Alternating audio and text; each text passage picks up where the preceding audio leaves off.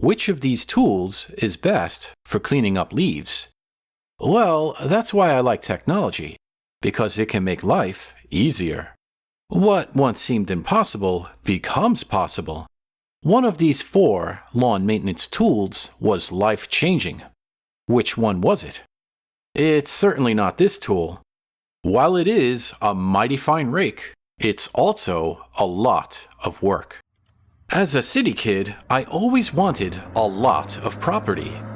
Yet, now that I have to do lawn maintenance, I was wondering if that was such a great idea. Well, I certainly do like this lifestyle better overall, but I severely underestimated the difficulty of yard work. That's where technology enters the picture. It starts with this push-reel mower from American Lawnmower Company.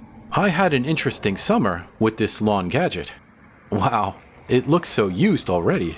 It still works, but it was the wrong tool for the job. The yard is simply too big. Yet I did get visibly stronger, and it is quite environmentally friendly. Doesn't use gas, and there are no batteries to recycle. If the yard was significantly smaller, this mower would be perfect. Except it doesn't do leaves. At best, it might cut a leaf in half. So I needed something else to clean up the yard. Keeping with the push power theme, I tried the Massimo 26-inch hand-push lawn sweeper. It certainly was more fun than a rake, and a lot easier on my back. But was it as effective as a rake? Well, it can pick up a lot of leaves. However, there were problems with this tool. First, setting the height was a problem. If I put it too high, it would miss a lot of the leaves. But if I put it too low, it would jam. If you listen closely, you can hear it clicking. That means the sweepers aren't sweeping. If you try to grab too much at once, or if it gets caught on tall grass, the lawn sweeper really struggles. With some practice, I was able to collect large piles of leaves. Yet, that's a problem because apparently shredded leaves are nutrients for the lawn. So I picked up this CRAFTSMAN corded electric leaf blower. It's a 3-in-1 tool that's a blower, vacuum, and mulcher. If you want to create greater than hurricane force winds while looking like a ghostbuster, you might like this tool. At first, I was quite impressed. With a big pile of leaves containing many sticks, the CRAFTSMAN gobbled up large chunks of the debris. Until it didn't. While there was lots of noise, there was not a lot of suction going on. While it still worked as a blower, this multi-tool lost one of its primary functions. It wouldn't mulch the leaves into the bag. It reminded me of Mega Maid from the movie Spaceballs. So what went wrong? Why did it stop sucking up the leaves? Well, the bag got clogged. I had to clean it out. Once the obstruction was cleared, the CRAFTSMAN started working normally again. You can see it by how the bag bounces open when the tool is turned on. Now that one reminds me of the autopilot from the movie Airplane. The point is that the tool worked. I could clean off the deck. The leaves were getting chopped up and sucked into the bag. It does compress the material a decent amount, but not enough to make short work of a very large area. Another big drawback of this tool is that it's very loud. The Massimo lawn sweeper quietly flutters across the yard, while the CRAFTSMAN screams like it's angry. Also, emptying the bag was not fun. Although, it was nice to sprinkle potential plant food across the lawn. I'm not entirely sure if this is actually good for the lawn, but that's what I read online. So, I'm testing it out. The biggest problem with this tool is that it's corded. The yard is just too big for that. It's such a hassle messing with so much cable. That's why I got the Greenworks 2x24 volt 19-inch cordless lawnmower. It was on sale for only $114. That's cheaper than the push mower.